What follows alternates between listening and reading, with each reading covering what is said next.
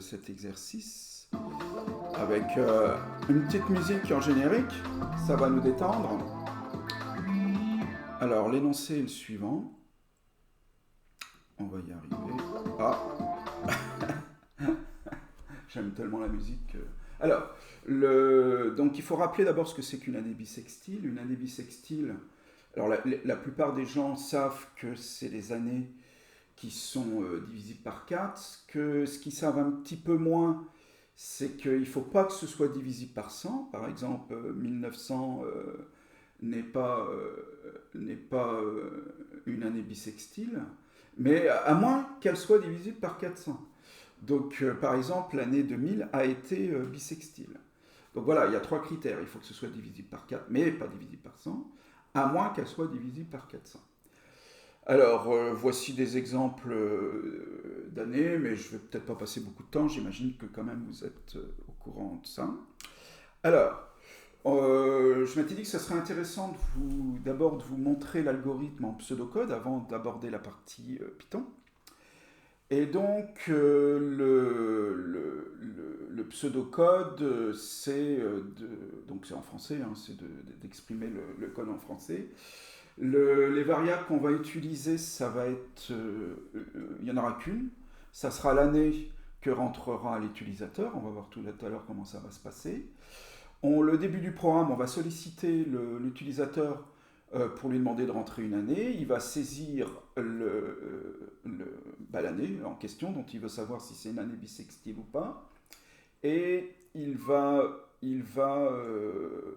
saisir cette année, et donc elle va être rentrée dans une variable qui, dans le pseudocode, s'appelle A. Alors, le moment qui est important, c'est la façon de vérifier si une année est bissextile ou pas à partir des 3 critères évoqués. Alors en fait, les 3 critères, ils sont subdivisés en 2. C'est l'année est divisible par 4 et pas par 100, ou alors elle est tout simplement divisible par 400. Donc on peut exprimer ça dans une seule condition logique, qui est la suivante. Alors, mode A4, ça veut dire c'est A modulo 4. Hein. A modulo 4 égale 0, ça signifie que l'année serait divisible par 4. Donc, soit j'ai alors, attendez, je vais mettre un petit laser, ça va être plus simple à voir mon curseur. Alors, ça signifie soit l'année est divisible par 4, alors l'année est divisible par 4 et en même temps elle n'est pas divisible par 100. Le modulo A modulo 100 n'est pas égal à 0, sinon c'est un multiple de 100. Donc ça, c'est une première condition qui permet d'obtenir de manière certaine qu'une année est bissextile. Mais ça marche aussi pour les multiples de 400. Si une année est un multiple de 400, eh ben c'est une année bissextile. Donc en fait, si j'ai une de ces 2 conditions-là qui est vérifiée, alors bon, je dis à l'utilisateur, bah oui, c'est une année bissextile. Sinon, je lui dis que c'est une année non bissextile. Donc voilà la partie en pseudocode qu'on va implémenter maintenant en Python. Alors là, je mets que du code, je ne me mets pas en direct dans un environnement de développement. C'est pour éviter qu'il y ait des petits bugs, ce qui est quand même assez récurrent, et ça pose moins de problème à l'affichage.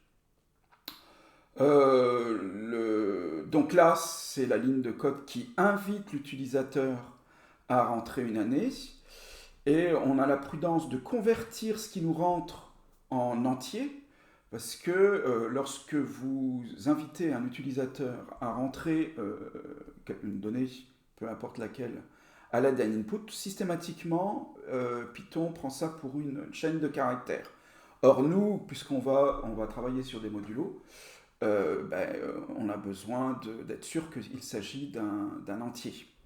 Donc, d'où le fait qu'on convertisse cette chaîne de caractères en entier.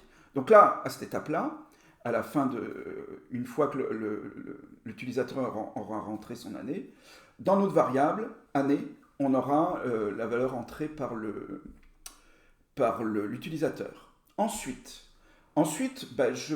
j'écris la première partie, ma première condition, c'est-à-dire celle qui permet de vérifier si une année elle est à la fois divisible par 4 et en même temps pas divisible par 100.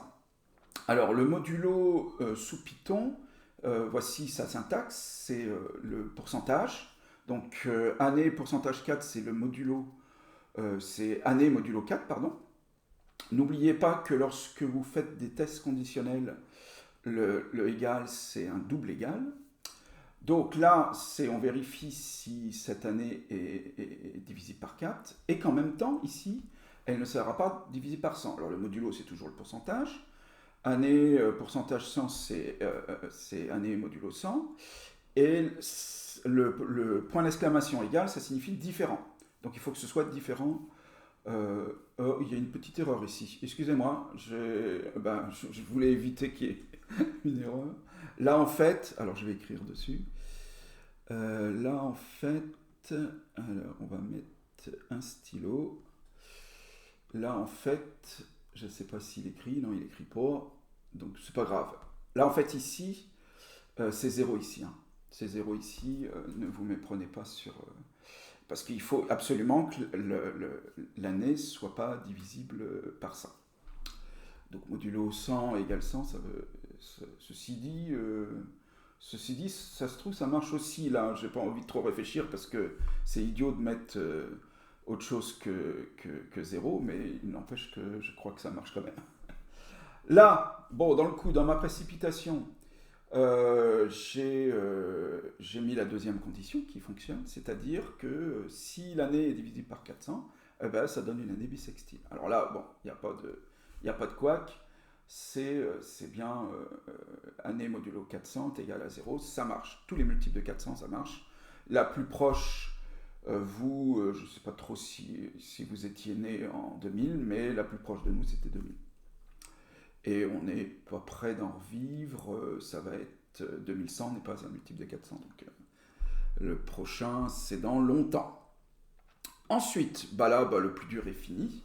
Donc si jamais une des deux conditions, est vérifiée, on va écrire que l'année. Bon là, on marque à l'aide de l'outil de concaténation. Le plus, quand il sépare des chaînes de caractères, ça s'appelle la concaténation. Et donc je veux rajouter l'année étant est bissextile. La concaténation ne marche que entre chaînes de caractères.